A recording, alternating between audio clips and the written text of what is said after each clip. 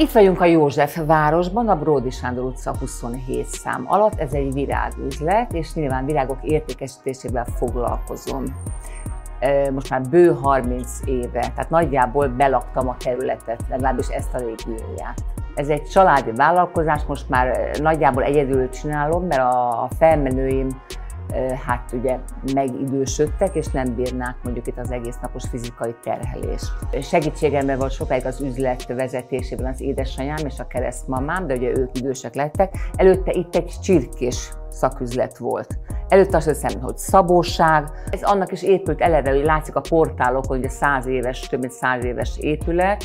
Még a múlt században az önkormányzat egyszer csak elgyengült talán egy fél évre, tehát lehetőség adódott, hogy megvehessük az üzletet. Itt az utcában lakik a keresztmamám, mai napig is itt lakik, 91 éves, és mindig hozzájöttünk látogatóba. És ahogy itt sétálgattunk, ki volt írva az üzletre, hogy eladó vagy átadó, már nem emlékszem, és úgy jutottunk ehhez az üzlethelységhez. Tehát a környék az így adódott. Egyébként én a Vas utcában születtem, tehát nem messze, de ez a sűrű látogatás, rokoni látogatásból adódott pont ez a hely. Szóval azért egy virágüzletben ugye nem mezei virágok vannak, ezek klasszikus vágott virágok, amit ugye vázából csoportként visznek, hát mondjuk, hogy asztromélia, rózsa, nagyon kedvelt a szellőrózsa, margaréta, krizantém. Tehát most mondjuk ez egy nyári kínálat. Nyáron nem hozunk például tulipánt, mert nagyon meleg van, gyorsan elnyílik, az ugye ősszel fog jönni. A virágok többsége Hollandiából, vagy például a rózsa az Ekvádorból érkezik. Lesedik este, és reggel már a kamionnal itt van a nagyban a virágpiacon, és ugye nyilván a kereskedők ugye oda mennek érte, és terítik szét az országba. Tehát van itt egy-két lánc, de azért reméljük, hogy nem sok és nem nagy árakat produkál.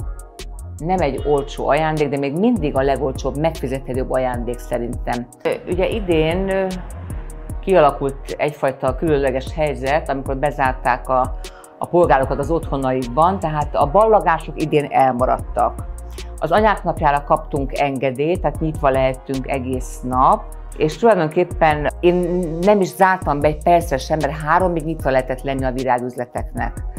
De hát nyilván az egy rövidített intervallum volt, ami kereskedésben azért nem jó, pláne tavasz az egy szezon, mert mindenki ültet, kirajz, süt a nap, kék bolt, tehát Na most ez egy picit fura volt, ez a kényszer pihenő, de remélem, hogy nem sűrűn fog ez ismétlődni. Hát azért ez egy pici üzlet, 20 négyzetméter, mégiscsak egy kereszt utca, ha viszonylag forgalmas is, de egy havi járulékot és hozzá való költségeket azért nem szívesen dolgoznék ki ebből az üzletből. Ez így élhető egy család számára, számomra. Szóval én nem tapasztaltam akkora fajta fokú kiesést, mondjuk, mint nyilván egy vendéglátó vagy egy szállodalánc, tehát a virág azért mindig elérhető volt, még mondjuk a járvány alatt is, nevezzük bárminek is ezt az egész eseményt.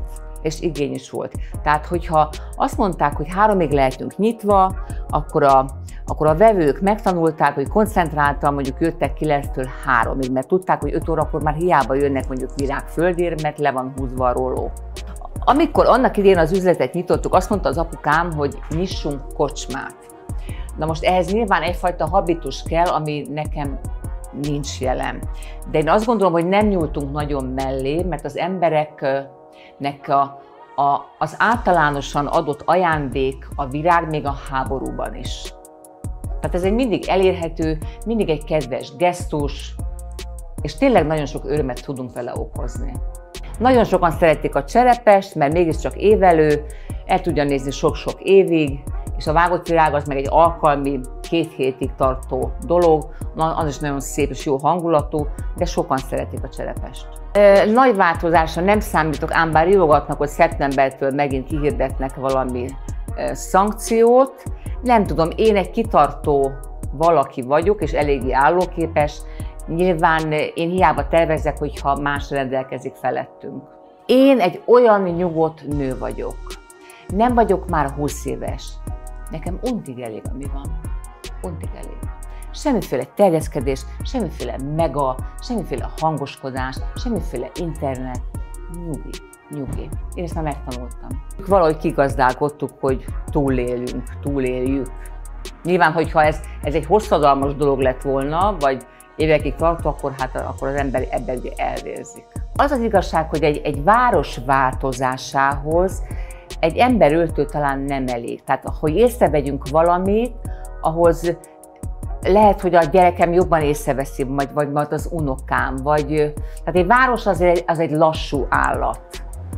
Hiába akarok sürgetni, nyilván a homlokzatok, bent az udvarokban nem járok, azt nem tudom, de mozgalomkert, vagy sorolhatnánk sorba az egészet. Nyilván nagy változás, hogy a rádió elkötődött a Kunigunda utcába, azért itt volt egy ilyen feelingje, hogy mégis a média egyik lovasa itt volt, nyilván vonzott hozzá embereket, ez ugye megszűnt.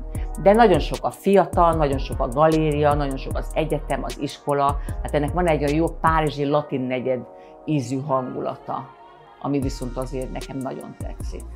Olyan laza.